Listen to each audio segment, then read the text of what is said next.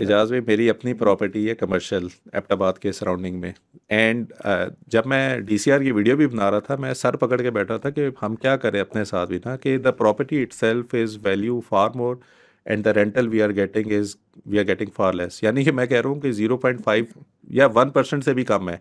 सो मैं अपनी वालदा को भी ये कह रहा था, यार ये हम प्रॉपर्टियाँ लेके बैठे हुए हैं, हमें कुछ मिल तो रहा नहीं है। सो वो कहती है नहीं यार, ये ना मैंने कहा प्रॉपर्टी लेना या होल्ड करना is not a bad asset to have, but you need to understand कि what value you are getting. और वो किस स्ट्रक्चर में कर रहे हैं, अब स्ट्रक्चर बहुत ये इंपॉर्टेंट बहुत है। इंपॉर्टेंट है जो अभी आपने बात की, कि अगर मैं उस प्रॉपर्टी को सेल करके एक बना बनाया प्लाजा भी ले लूँ, मैं टेनेंट्स कहाँ से ढूंढूंगा, मैं रिकवरी कहाँ से करूंगा, मैं अपना काम करूंगा कि मैं उस पर लगूंगा।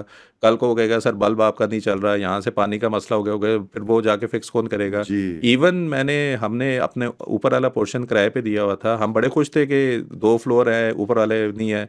जब वो टेनेंट्स निकले हैं तो हमारी कॉस्ट उससे ज़्यादा लगी है जितना हमने जी, रेंटल लिया था। Rental. And then we thought कि यार हम रेंट पे क्यों दे रहे हैं ना, कि जस्ट फॉर द सेक एक जगह है यार आप दे रहे हैं, और फिर वो ऐसा हशर नशर हो जाता है कि आपको कुछ नहीं आती। तो पीपल नीड टू अंडरस्टैंड कि अगर आपके पास एक्सेसिव कैश है तो ये सारे एवेन्यूज़ हैं जो आपको वो वाला सुकून तो नहीं दे रहे जो आपको फिजिकल में देख कर मिलता है, लेकिन वो रिटर्न्स वैल्यू के पर्सपेक्टिव से बहुत बेहतर रिटर्न है। सो मैं अब खुद भी यही सोच रहा हूँ यार, ये we need to dispose of all the assets जो कि हमारे पास इस तरह है जिसका रेंटल यील्ड ही नहीं है।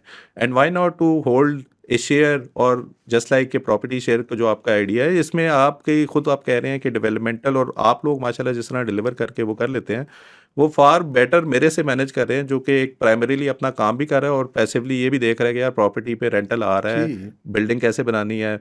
मैंने एक प्रॉपर्टी थी, जब भी मैं उसकी सफाई करा के कुछ बनाने लगता हूँ तो मुझे नोटिस आ जाता है कि यार आप बना नहीं सकते। मैं यार अगर बना नहीं सकता तो what is the point of basically holding such property. तो मैं लिटरली अब ये भी सोच रहा हूँ कि यार प्रॉपर्टीज़ को भी ना लोगों को डिफरेंट तरीके से सोचना चाहिए। किसी के 4 डिफरेंट प्लॉट 4 डिफरेंट एरियाज में है, प्लॉट के बस वो देख ही जा रहे हैं कि ये 5 साल पहले 50 की थी, आज 70 की होगी है, वो 20 लाख पे खुश हैं। हालांकि इन्फ्लेशन आप कितनी चली गई है, उस 70 लाख रुपए से 1 रुपया भी आपको कैशबैक नहीं मिला, आप कोई रेंटल ले नहीं रहे। So what's the point of holding A plot जो कि आपको कुछ दे नहीं रही। सो एक जो पॉइंट मेरा था, जो कि मैंने उस वीडियो में भी 72,000 में कहा था, कि लोग people invest millions of rupees in holding A plot, जबकि वही इन्वेस्टमेंट अगर डीसीआर में करते तो वो नहीं मिलियंस के ऊपर उनको रेंटल ही फ्री में पड़ जाता, क्योंकि उसका डिविडेंड इतना ज़्यादा था कि आपको कुछ नहीं वो हो सकता था। एक जो बड़ा मिसट्रस्ट है वो यही है कि जब आप प्रॉपर्टी लेते हैं and you think it's a good property to own, 4 साल में आपकी डिलीवरी है और चौथे साल में आपको समझ आता है कि लिटिगेशन, अभी भी आपने देखा होगा वो जो सीडीए का एक प्लॉट के ऊपर काफ़ी ज़्यादा डिस्कशन हो रही है, काफ़ी बड़े बड़े लोगों ने अपार्टमेंट लिया कॉन्स्टिट्यूशन एवेन्यू जो वो चल रहा था। सो इस तरह के फ्रॉड्स भी हैं जो कि आपको समझ नहीं आती है कि जहाँ पे आप प्रॉपर्टी ले रहे हैं। आई थॉट के एक्स प्राइम मिनिस्टर का भी फ्लैट था वहाँ पे। अब हम जैसा आम बंदा अगर ये सोचे कि यार उनका फ्लैट था तो इसका मतलब है प्रॉपर्टी तो ठीक होगी, लोगों ने जाके इन्वेस्ट भी इसीलिए किया कि बड़े बड़े नाम थे। इवेंचुअली नाउ पता चला जी कि वो सीडीए ने कहा था जी इस पे तो होटल बनेगा, ये अपार्टमेंट कैसे बन गए, सबको फारे करो बाहर करो। अब जिन लोगों ने करोड़ों की प्रॉपर्टियां ली थी उनको समझ नहीं आ रही कि ये हमारा क्या कसूर है, हमने तो किसी से परचेज किया था।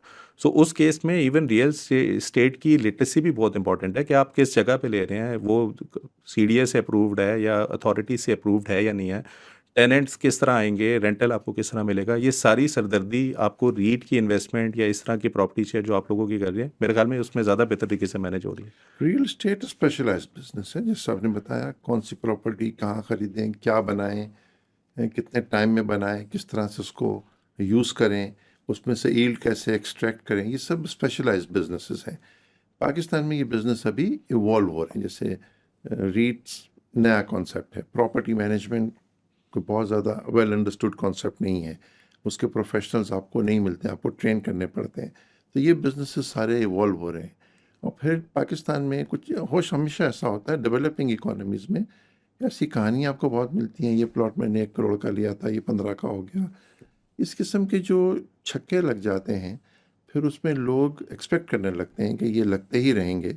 हम्म। वो ये डिफ्रेंशिएट नहीं कर पाते हैं कि एंटिसिपेशन में, स्पेकुलेशन में, पंटिंग में हम्म। फ़र्क क्या होता है, और हम्म। फिर वो सफ़र करते हैं। तो हम्म। ये स्पेशलाइज्ड बिजनेस है, इन्वेस्टमेंट को सीरियसली लेना चाहिए, अवेयरनेस इंपॉर्टेंट है, नॉलेज आपके पास होनी चाहिए। हम्म। ये सब चीज़ें इम्पॉर्टेंट हैं इसके अंदर। तो हम्म। रियल एस्टेट भी धीरे धीरे इवॉल्व हो रही है। और जो सप्लाई साइड पे भी चैलेंजेस हैं, हम्म। अच्छे डेवलपर्स के नाम बताइए, आप एक हाथ पे गिन सकते हैं। हम्म। अच्छे कॉन्ट्रैक्टर्स, अच्छे इंजीनियर्स, अच्छी मैनेजमेंट कंपनीज, ये सब बिजनेस अभी इवॉल्व होना है। जी जी। ह्यूज पोटेंशियल है। गवर्नमेंट को अपना रोल प्ले करना है कि इसकी रेगुलेशन को सीधा करो। गवर्नमेंट इसके ऊपर प्रॉपरली फोकस अभी तक नहीं कर पा रही है, ऐसा लग रहा है। कभी ये पॉलिटिकल एजेंडा बन जाता है, कभी एकदम से आ जाता है कि बस लो कॉस्ट हाउसिंग में जाएंगे, जो कि सबसे ज़्यादा डिफ़िकल्ट सेगमेंट है। यानी अमीर आदमी का घर बनाना इतना मुश्किल नहीं है, बिकॉज वो अफोर्ड कर सकता है। गरीब आदमी का घर बनाना बहुत मुश्किल है, बिकॉज पे आपने सही मटेरियल भी लगाना है, मार्जिन भी कम रखने हैं, सुपरविजन भी खुद ही करनी है। उस बेचारे को कुछ पता नहीं है। यानी आप इमेजिन करें, अगर कोई आदमी किसी फैक्ट्री में काम कर रहा है 80,000 रुपए पे या लाख रुपए पे, वो अपने घर बनाने का टाइम कैसे निकाल सकता है? बिल्कुल सही बात। तो वो इदारे ही होने चाहिए, ऐसे लाइसेंस्ड एंटिटीज होनी चाहिए जो ये काम करें, और हुकूमत का काम है कि वो उनको जिम्मेदार गर्दाने। तो वो एक रीट का स्ट्रक्चर आता है इसके अंदर। तो वो सरकार को इन तमाम इश्यूज को देखने की ज़रूरत है। अभी रियल एस्टेट टैक्स्ड है, हैवीली टैक्स्ड है। आप रियल एस्टेट ट्रांजेक्शन करने जाएंगे, बैंक आपको लोन नहीं देगा, क्रेडिट मिलेगा नहीं, और हुकूमत बोलेगी कि 11% तकरीबन आपके अपफ्रंट कॉस्ट आ जाती है। फिर उसमें से लोग शॉर्टकट ढूंढते हैं। वो शॉर्टकट ढूंढने की वजह से मामला और ख़राब हो जाता है। अब आप किसी भी प्रॉपर्टी की मुझे वैल्यू बताएंगे और मैं आपसे कहूँगा कि इसकी सेल डीड दिखाइए, ऑलमोस्ट इम्प्रॉबेबल कि उसके ऊपर वही वैल्यू लिखी होगी। मेरा ख्याल है कि 99% केसेस में नहीं होगी। अदर देन रीट्स आपको वो वैल्यू मिलेगी। तो जब आप कैसे भरोसा करेंगे, आप कैसे उस पार्टी को ज्वाइन करेंगे, आप कैसे उसको मैनेज करेंगे? You know what I mean? ये सारे चैलेंजेस हैं। ये सरकार को भी देखना चाहिए कि अगर आपने ये सेगमेंट सीधा कर लिया तो आपकी इंडिजिनस ग्रोथ सीधी हो जाएगी, एम्प्लॉयमेंट भी जनरेट हो जाएगी, हाउसिंग भी मिल जाएगी, एक्टिविटी भी खड़ी हो जाएगी। वो बोलते हैं 70 इंडस्ट्रीज इसके साथ जुड़ी हैं, अमेरिका वाले बोलते नहीं 120 जुड़ी होंगी, अल्लाह जाने कितनी होंगी। मेज, कुर्सियाँ, पर्दे, रंग रोगन, सही बात है। न्यूमरस एक्टिविटीज, और ये सब इंडिजिनस है। आपको कुछ बाहर से कुछ नहीं लाना है।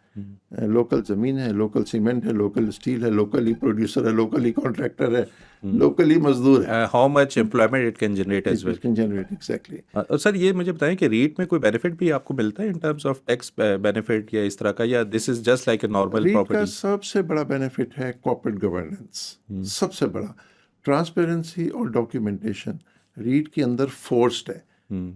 आपको भी अगर पाबंदी नहीं हो कोई चीज़ डॉक्यूमेंट करने की, तो आप भी शायद नहीं करें, जस्ट बिकॉज ऑफ लेजीनेस। हमने आज क्या बातें की, इसको मिनट कर लो। अगर ये फोर्स्ड है तो आप करेंगे, नहीं है तो आप नहीं करेंगे। सो रीट का सबसे बड़ा बेनिफिट तो है कि वो कॉर्पोरेट गवर्नेंस आपको देता है। किस किस को अपॉइंट करना है, किस किस को क्या करना है, किस किस को क्या डिलीवर करना है, वो सब लिखा हुआ है कागज़ पे। और वो उसको सुपरवाइज कौन कर रहा है? SECP। और फिर उसकी लिस्टिंग मैंडेटरी है, तो उसको मार्केट भी मॉनिटर कर रही है। फिर आप एक साइजेबल प्रोजेक्ट लेकर आ रहे हैं, तो उसमें नंबर ऑफ स्टेक होल्डर्स बढ़ जाते हैं, तो वो उसको बेनिफिट देते हैं। सो रीट का जो बेसिक बेनिफिट है वो है कॉर्पोरेट गवर्नेंस का। उसमें एक एडवांटेज क्या है, तो दुनिया भर में रीट्स जो हैं ये पास थ्रू व्हीकल है। यानी रीट अपने पास प्रॉफिट रिटेन नहीं करती, वो 90% प्रॉफिट डिस्ट्रीब्यूट कर देती है। अगर वो 90% मिनिमम डिस्ट्रीब्यूट करे तो उसको टैक्स नहीं लगता है। जो रिसीव कर रहा है प्रॉफिट, उसको डिविडेंड टैक्स लगेगा। वो 15% है आज के दिन में, तो वो पे करती है। तो उस लिहाज से आप देखें तो रीट का बेनिफिट है। लेकिन रीट कंपीट किससे कर रही है? इनफॉर्मल सेक्टर से। इनफॉर्मल सेक्टर है ना, वो अपनी रेवेन्यू आपको डिक्लेयर कर रहा है, ना वो अपनी कॉस्ट आपको डिक्लेयर कर रहा है, ना वो आपको प्रॉफिट डिक्लेयर कर रहा है। सो हमने एक एनालिसिस किया एक प्रोजेक्ट का, किसको हम रीट में करें या आउटसाइड द रीट करें। तो जब हमने उस डेवलपर को बुलाया जो वो आउटसाइड द रीट कर रहा था कि अपने फाइनेंशियल स्टेटमेंट बना दो कि क्या बनेंगी, उसने FBR का रेट उठाया, रेवेन्यू लिखा, नीचे उसने लिखा कि मेरे 100 रुपये कमाऊंगा, नीचे मेरा नफ़ा जो है ना वो 1 रुपया दिखाऊंगा, बाकी सब कॉस्ट है। तो मैं 1 रुपया का प्रॉफिट दूंगा, उसमें से मैं 29% टैक्स दूंगा। सो उसका जो टैक्स उसने कैलकुलेट किया कि मैं जो दूंगा वो था 55 मिलियन। रीट पे जब हमने यही वर्किंग की तो रीट टैक्स पे करता 221 मिलियन, क्योंकि वो पूरा रेवेन्यू दिखाता, वो सिर्फ सही वाली कॉस्ट दिखाता, वो ट्रांसपेरेंसी, डॉक्यूमेंट, ऑडिट, रेटिंग, तो वो सरकार को 4 गुना ज़्यादा टैक्स मिलता। और मैं यहाँ पे थोड़ा-सा समराइज़ करके करूँगा, क्योंकि अभी मैं आपके प्लान्स में देख रहा था, I think Peace Apartments payment plan एक मेरे सामने है, जीआरआर जो कि लिस्टेड कंपनी है उसका भी प्लान है। बताने का मकसद ये है कि ज़्यादातर लोग जब इवन कोई प्लॉट भी लेते हैं, प्लॉट के ऊपर जब आपकी इंस्टॉलमेंट होती है वो 2-2 3-3 लाख रुपए की इंस्टॉलमेंट बन रही होती है, जो कि क्वार्टरली पे आपने देनी होती है, वो भी प्लॉट डेवलप करके आपको मिला नहीं है। जो ये 100 स्क्वायर फीट की बात कर रहे हैं, और ये आज की तारीख में आई डोंट नो कि जब आप 2-3 साल बाद देखें तो ये रेट ऊपर भी जाएँगे। तो जब हम ये मई 2026 के अंदर रिकॉर्ड कर रहे हैं, आज की तारीख में तकरीबन जो 100 स्क्वायर फीट पीस अपार्टमेंट का जो पेमेंट प्लान मेरे पास पड़ा हुआ है, उसपे आपको जो 20% अपफ्रंट बुकिंग पेमेंट देनी पड़ेगी, वो सिर्फ 3,20,000 रुपया है। और अगेन ये जो प्रॉपर्टी की वैल्यू है वो तकरीबन 16 लाख रुपए की प्रॉपर्टी की वैल्यू है, यानी कि 100 स्क्वायर फीट की जगह 16 लाख रुपए की जो भी बनती है। और उस पे आपका जो मंथली प्लान है, जो कि इंस्टॉलमेंट 1 टू समथिंग वो मैं देख रहा था, सिर्फ 1% आपने मंथली पे करना है। मकसद ये बताने का है, अगर आप ऑलरेडी 15-20 हज़ार रुपया सेव करके उसको कैश में रख रहे हैं, अगर आप ये एसेट ले लें, आपका एसेट भी बनता रहेगा, आपकी सेविंग भी होती रहेगी। और मे बी अगर आप उसको, मैं तो देख रहा था इंस्टॉलमेंट नंबर 76, यानी कि ये तकरीबन आपकी 6 साल से ऊपर का प्लान आपने दिया है वैसे, तो आपकी आखिरी इंस्टॉलमेंट नंबर 76 जो है वो 20,000 रुपया है। तो टोटल वैल्यू जो आपने किस्तों में 16-16 हज़ार रुपया देनी है, वो 16 लाख रुपए के ऊपर है। बाय द टाइम आप आखिरी किस्त दे रहे होंगे, there is a good possibility वही 16 लाख रुपए शायद 30-35-40 लाख रुपए तक का भी हो जाए। तो अगर आपने ना इस तरीके से देखो, ज़्यादातर लोग जो पॉडकास्ट सुन रहे होते हैं, उनको लगता है ये तो अमीरों की बातें कर रहे हैं, ये तो हमारे लिए है नहीं। अगर आप लोग ऑलरेडी 15 से 20 हज़ार रुपया मंथली सेव कर रहे हैं, ये आप लोगों के लिए है। Property share is for those people who can not afford to buy a big apartment, maybe they are able to buy 100 square feet. थोड़ी-थोड़ी सेविंग करें, मे बी अगर आपके पास दूसरे तीसरे साल में पैसे ज़्यादा हो जाएँ, तो मे बी 100 स्क्वायर फीट और ले लें कि 20,000 रुपए की जगह आप 30,000 35,000 रुपया सेव करें, तो आप वो भी कर सकते हैं। जो दूसरी मैं देख रहा था, जिस तरह जीआरआर की बात की, 3 बेडरूम 1750 स्क्वायर फीट का जो इनका बना था, वो 14 लाख रुपए का मैं देख रहा हूँ। 100 स्क्वायर फीट के ऊपर जो प्लान बन रहा है, उसकी जो बुकिंग है 20%, दिस इज़ 280,000 रुपीज़, जो कि इंस्टॉलमेंट इन्होंने जीआरआर की 16 इंस्टॉलमेंट में कहा हुआ है। और I think this is a monthly instalment which translate into 70,000 rupees per month. ठीक है। सो एक आपके पास 1% का प्लान भी है, एक आपके पास 5% के ऊपर भी प्लान है कि आप 5% जो कि 70,000 रुपया बनता है। बुकिंग की प्राइस सिर्फ 2,80,000 रुपया है। और अगेन मैं यही आप लोगों को सजेस्ट करूंगा, rather than keeping your money in cash, if you buy a property या कोई एसेट ले लें जो कि अप्रिशिएट हो रहा हो, एटलीस्ट आपकी वैल्यू जब आप 3-4 साल बाद देखेंगे, वो अप्रिशिएटेड वैल्यू में आपको बेहतर रिटर्न देगा, रादर देन आपके बैंक अकाउंट में आपको मे बी 5-6% आफ्टर टैक्स के ऊपर कोई प्रॉफिट मिल रहा है। ठीक है।